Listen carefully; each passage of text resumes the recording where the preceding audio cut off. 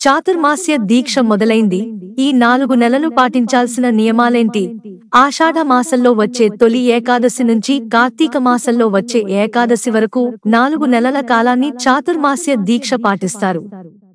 ఈ దీక్ష చేపట్టిన వారు 4 నెలల పాటు ప్రయాణాలు చేయరు, కామ క్రోధాలకు దూరంగా ఉంటారు. ఆహారం విషయంలో కఠిన నియమాలు పాటిస్తారు.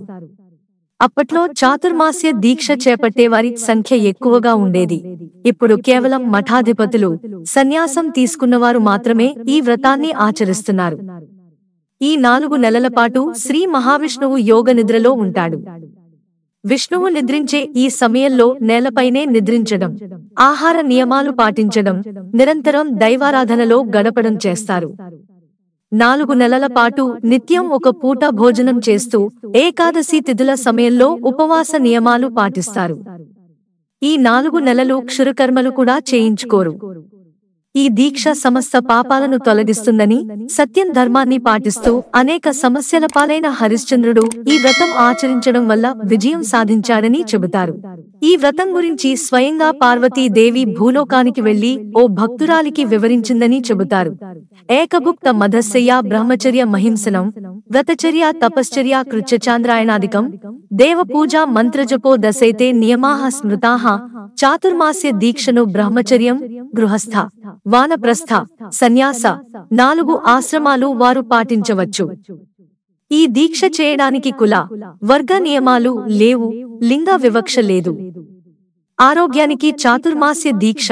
ఈ దీక్ష చేయడం వెనుక ఆధ్యాత్మిక కారణాల కన్నా ఆరోగ్య కారణాలు అధికం అని చెప్పుకోవచ్చు. వాతావరణంలో వచ్చే మార్పుల కారణంగా ఈ 4 నెలలు భూమి మీద సూర్యకాంతి తగ్గుతుంది.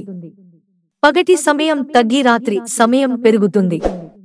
ఈ సమయంలో జీర్ణవ్యవస్థకు సంబంధించిన సమస్యలు అధికంగా వస్తుంటాయి. అందుకే చాతుర్మాస్య దీక్ష పేరుతో 4 నెలల పాటు ఆహార నియమాలు పాటించడం, ఓ పూట భోజనం చేయడం వల్ల జీర్ణ సంబంధిత సమస్యలు రాకుండా ఉంటాయి.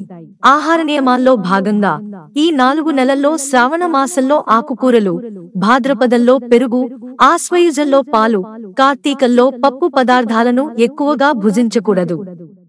ఈ 4 నెలలు ఉసిరికాయలు ఎక్కువగా వినియోగించాలి. దీక్ష పాటించని వారి సంగతి సరే కాని చాతుర్మాస్య దీక్ష పాటించేవారు ఈ 4 నెలలు తాము నివసించే గ్రామాన్ని దాటకూడదు. సూర్యోదయానికి ముందే స్నానమాచరించాలి. ఈ 4 నెలలు బ్రహ్మచర్యం, ఒక పూట భోజనం, నేలపై నిద్ర, అహింస, పురాణ పఠనం, యోగ సాధన, దాన ధర్మాలు ఇవన్నీ అనుసరించడం శ్రేయస్కరం. మిత్రులారా, ఛానల్ సబ్స్క్రైబ్ చేసుకోవడం మర్చిపోకండి. ధన్యవాదాలు.